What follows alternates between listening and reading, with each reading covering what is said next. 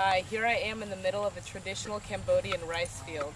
I've been out riding horses with Happy Ranch Horse Farm, and it's just been the most wonderful and safe experience to visit and experience the Cambodian culture and countryside. We start by riding through a traditional village on the outskirts of Siem and then head here to the rice field, which as you can see is just absolutely beautiful, especially in the light of the sunset. As we continue through, you can see water buffalo, how people grow rice, and then continue past to visit traditional fish farming.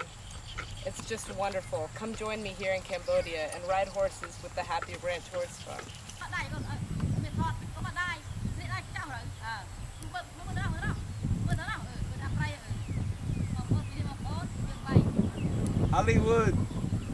Hollywood.